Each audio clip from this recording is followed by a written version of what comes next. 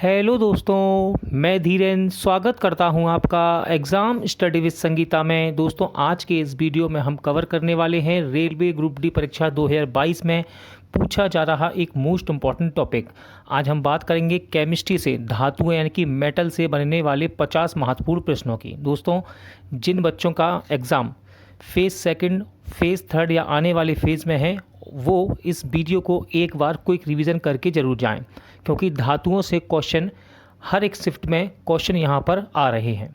ये वीडियो यदि आपको अच्छा लगता है, हेल्पफुल लगे, तो प्लीज़ वीडियो को लाइक और शेयर ज़रूर कीजिएगा। और यदि अब तक आपने हमारे चैनल को सब्सक्राइब नहीं किया है तो प्लीज़ चैनल को सब्सक्राइब जरूर कीजिएगा, जिससे कि आपको मेरे आने वाले नए वीडियो का नोटिफिकेशन टाइम पर मिलता रहे। और दोस्तों, ये वीडियो रेलवे ग्रुप डी के साथ साथ अन्य प्रतियोगिता परीक्षाओं के लिए भी इम्पॉर्टेंट है, चाहे वे रेलवे के एग्ज़ाम हो, एसएससी के या फिर किसी स्टेट लेवल का एग्ज़ाम, जहाँ साइंस केमिस्ट्री एक मोस्ट इम्पॉर्टेंट टॉपिक होता है। हाँ, उस एग्ज़ाम से पहले वहाँ आपको ये टॉपिक एक बार अवश्य पढ़कर जाना चाहिए। तो चलिए स्टार्ट करते हैं। बात करेंगे धातुओं से बनने वाले इम्पॉर्टेंट प्रश्नों की। किस धातु की विद्युत चालकता सर्वाधिक होती है? इंपॉर्टेंट क्वेश्चन है। राइट आंसर है चांदी की। मोती की रासायनिक संरचना किस पदार्थ से निर्मित होती है? तो ये होती है कैल्शियम कार्बोनेट से। किससे? कैल्शियम कार्बोनेट से। सूत्र है इसका CaCO3। सबसे हल्की और सबसे भारी धातुएं क्रमशः कौन सी हैं? तो सबसे हल्की धातु है दोस्तों लिथियम और सबसे भारी है ओस्मियम। सबसे भारी प्राकृतिक तत्व कौन सा है? तो ये है यूरेनियम। ठीक है, सबसे भारी प्राकृतिक तत्व कौन सा है? यूरेनियम। इंपॉर्टेंट क्वेश्चन है। मोनोजाइट किसका अयस्क है? मोनोजाइट किसका अयस्क है? तो यह है थोरियम का अयस्क। किसका? थोरियम का अयस्क है मोनोजाइट। मोती के मुख्य अवयव कौन से हैं? क्वेश्चन है, मोती के मुख्य अवयव कौन से हैं? तो यह है एरागोनाइट और दूसरा है कांचीयोलिन। चाकू से काटी जा सकने वाली धातु कौन सी है? तो यह है सोडियम और दूसरा है पोटेशियम। ठीक है, चाकू से काटी जा सकने वाली धातु है सोडियम व पोटेशियम। इंपॉर्टेंट क्वेश्चन रहता है, ध्यान रखिएगा। अत्यधिक कोमल खनिज टाल्क किस से निर्मित होता है? तो ये बनता है मैग्नीशियम सिलिकेट से। भविष्य का धातु किसे कहते हैं? इंपॉर्टेंट क्वेश्चन है। भविष्य का धातु किसे कहते हैं? तो टाइटेनियम को कहते हैं भविष्य का धातु। अभ्रक कच्चे माल के रूप में किस उद्योग में प्रयोग किया जाता है? सही आंसर है विद्युत में। इंपॉर्टेंट है दोस्तों फैक्ट, देखिए आतिशबाजी में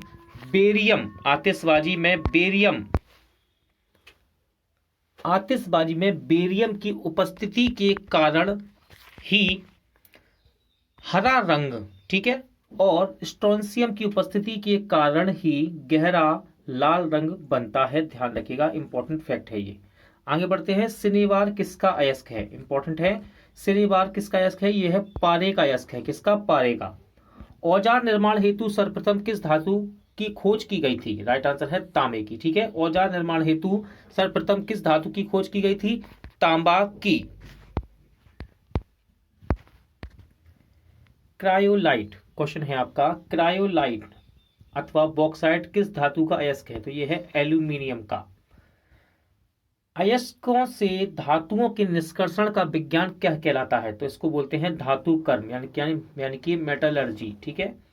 साधारण तापमापी यंत्रों में पारे का प्रयोग क्यों किया जाता है? तो याद रखिएगा, क्योंकि पारा एक ऊष्मीय प्रसार गुणांक का उच्च होता है। ठीक है, क्योंकि पारे का ऊष्मीय प्रसार गुणांक कैसा होता है दोस्तों? उच्च होता है, इसलिए इसका प्रयोग किया जाता है। सोडियम की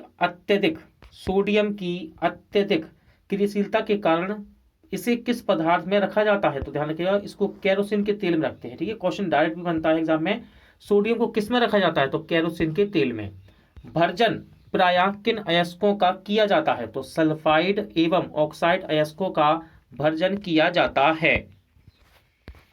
क्वेश्चन है, शुद्ध सोना कितने कैरेट का होता है? इंपॉर्टेंट है। सही आंसर है 24 कैरेट। सोडियम में जल डालने पर कौन सी गैस मुक्त होती है? आंसर है हाइड्रोजन। द्रवित सोडियम का उपयोग नाभिकीय भट्टियों में किस रूप में किया जाता है? आंसर है शीतलक के रूप में। बारूद का निर्माण करने में किस रसायन का प्रयोग किया जाता है? सही आंसर है पोटेशियम नाइट्रेट का। वह कौन सी धातु है जो अपने ही ऑक्साइड की परत से सुरक्षित हो जाती है? आंसर है एल्यूमिनियम। इंपॉर्टेंट फैक्ट है, देखिए इस्पात के जंग संरक्षण या प्रतिरोध गुण को बढ़ाने के लिए उसमें क्रोमियम मिलाया जाता है। क्या मिलाते हैं? क्रोमियम। इस्पात में क्या मिलाएंगे? क्रोमियम। तो इससे इसका जंग संरक्षण व प्रतिरोध गुण बढ़ जाता है। मानव शरीर में कॉपर की अधिकता से कौन सा रोग होता है? तो उसको बोलते हैं विल्सन रोग। इंपॉर्टेंट क्वेश्चन है, ध्यान रखिएगा। फोटो इलेक्ट्रिक सेल में किस धातु का प्रयोग करते हैं? तो ये है सेलिनियम। क्या है? सेलिनियम का प्रयोग होता है फोटो इलेक्ट्रिक सेल में। कौन सा तत्व स्वतंत्र अवस्था में पाया जाता है? इंपॉर्टेंट क्वेश्चन है, सही आंसर है सल्फर। धातुओं में सर्वाधिक हीन चालक यानी कि बैड कंडक्टर कौन सी धातु है? तो ये है सीसा। ठीक है, लेड, इसको लेड भी कहते हैं, उसका सूत्र है पीवी। भविष्य का ईंधन किसे कहा जाता है? सही आंसर है हाइड्रोजन को। हाइड्रोजन को भविष्य का ईंधन कहते हैं। चतुष्फलकीय संरचना के कारण हीरा ग्रेफाइट की अपेक्षा अधिक कठोर होता है। ध्यान रखिएगा, इंपॉर्टेंट फैक्ट है ये। किसके कारण? चतुष्फलकीय संरचना के कारण हीरा ग्रेफाइट की अपेक्षा अधिक कठोर होता है। प्याज की कड़वाहट का क्या कारण है? तो ये है प्याज में सल्फर के यौगिक की उपस्थिति के कारण प्याज में कड़वाहट होती है। यूरेनियम का मुख्य अयस्क क्या है? तो यह है पिच ब्लेड। ठीक है, यूरेनियम का मुख्य अयस्क क्या है? Pitch blade. शल्य क्रिया में पट्टियों के रूप में किस रासायनिक पदार्थ का प्रयोग किया जाता है? राइट आंसर है कैल्शियम सल्फेट का। सबसे कठोर धातु कौन सी है? तो सबसे कठोर धातु है दोस्तों प्लेटिनम। कौन सी है? प्लेटिनम। अब देखिए यहाँ पर कुछ इंपॉर्टेंट आपको सामान्य नाम दिए गए हैं और उनके रासायनिक नाम दिए गए हैं। देखिए जैसे कि हरा कसीस, इसका रासायनिक नाम है फेरस सल्फेट और सूत्र है Fe SO4 7H2। नीला कसीस इसे बोला जाता है, यानी कि इसका रासायनिक नाम है कॉपर सल्फेट, सूत्र है CuSO4 5H2O। सफेद कसीस रासायनिक सूत्र है zinc sulphate ZnSO4 into 7H2O, इसका रासायनिक सूत्र है। लाल कसीस इसको बोलते हैं कोबाल्ट सल्फेट। क्या नाम है इसका? रासायनिक कोबाल्ट सल्फेट, और इसका सूत्र है CoSO4 7H2O। देखिए यहाँ पर कुछ महत्वपूर्ण धातुएं दी हैं व उनके अयस्क दिए हैं, एग्जाम में पूछ लेता है। तो बात करेंगे, सबसे पहले धातु है सोडियम। इसका अयस्क देखिए, से पहला है साधारण नमक जिसका सूत्र है NaCl, फिर है चिली सॉल्ट पीटर NaNO3 इसका सूत्र है, फिर है बोरेक्स, फिर है सोडियम कार्बोनेट। ये सभी सोडियम के अयस्क हैं। इसके बाद है एल्यूमिनियम। सबसे ज्यादा पूछा जाने वाला एल्यूमिनियम में है दोस्तों बॉक्साइट। ठीक है, बॉक्साइट किसका अयस्क है? एल्यूमिनियम का। कियाउलिन, फेल्सपार, कोरंडम और क्रायोलाइट, दो सबसे ज्यादा इंपॉर्टेंट है। एक तो है बोरेक्स और दूसरा है बॉक्साइड, और दूसरा है क्रायोलाइट, जो कि एल्यूमिनियम के अयस्क हैं, जो एग्जाम में बार बार रिपीट होते हैं। पोटेशियम की बात करेंगे, पोटेशियम का अयस्क है potassium nitrate, carnallite, potassium carbonate और पोटेशियम क्लोराइड। ठीक है, कैल्शियम के देखते हैं, कैल्शियम के देखिए डोलोमाइट इंपॉर्टेंट है, कैल्साइट, जिप्सम इंपॉर्टेंट है। जिप्सम किसका अयस्क है? कैल्शियम का। फ्लोरस्पर और एस्बेस्टस। आगे बढ़ते हैं, मैग्नीशियम। मैग्नीशियम में देखिए मैग्नेसाइट, डोलोमाइट, कार्नेलाइट और एब्सॉल्ट, ये इसके अयस्क हैं। कॉपर की बात करेंगे, कॉपर में देखिए चाल्कोपाइराइट अथवा कॉपर पाइराइट्स, कॉपर गिलास, क्यूप्राइट, मेलेकाइट और एजुराइट, ये सभी इसके अयस्क हैं। किसके? कॉपर के। इंपॉर्टेंट कौन सा है इसमें? क्यूप्राइट इंपॉर्टेंट है, एग्जाम में आता है ये। और दूसरा है इसमें कॉपर पाइरेट्स। जिंक की बात करेंगे, देखिए जिंक के अयस्क हैं जिंकाइट, जिंक ब्लेड, कैलामाइन और बिलेमाइट, सबके यहाँ पर सूत्र भी दिए हैं। अब देखिए लेड के अयस्क हैं गैलेना और सिरुनाइट, और दोनों ही इंपॉर्टेंट हैं, ध्यान रखिएगा दोनों इंपॉर्टेंट हैं।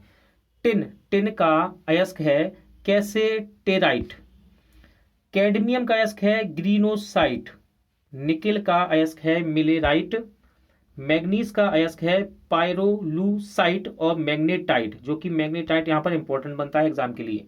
आयरन के इंपॉर्टेंट होते हैं दोस्तों अयस्क, याद रखिएगा हेमेटाइट इंपॉर्टेंट है, लिमोनाइट, मैग्नेटाइट भी इंपॉर्टेंट है, सिडेराइट है इसके अंदर, आयरन पाइराइट है और कॉपर पाइराइट भी, ये सभी आयरन के अयस्क हैं। मरकरी की बात करेंगे, इंपॉर्टेंट है ये। मरकरी का अयस्क है कौन? सिनेबार। सिल्वर के अयस्क देखिए रूबी सिल्वर और हॉर्न सिल्वर, दोनों ही इंपॉर्टेंट है, एग्जाम में पूछ लिए जाते हैं ये। आगे बढ़ते हैं, गोल्ड और यूरेनियम।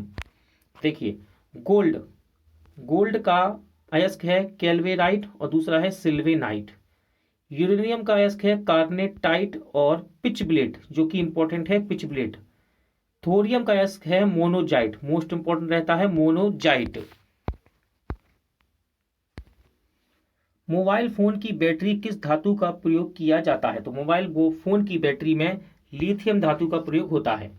क्विक लाइम का रासायनिक नाम क्या है? तो क्विक लाइम का रासायनिक नाम है कैल्शियम ऑक्साइड और सूत्र है CaO।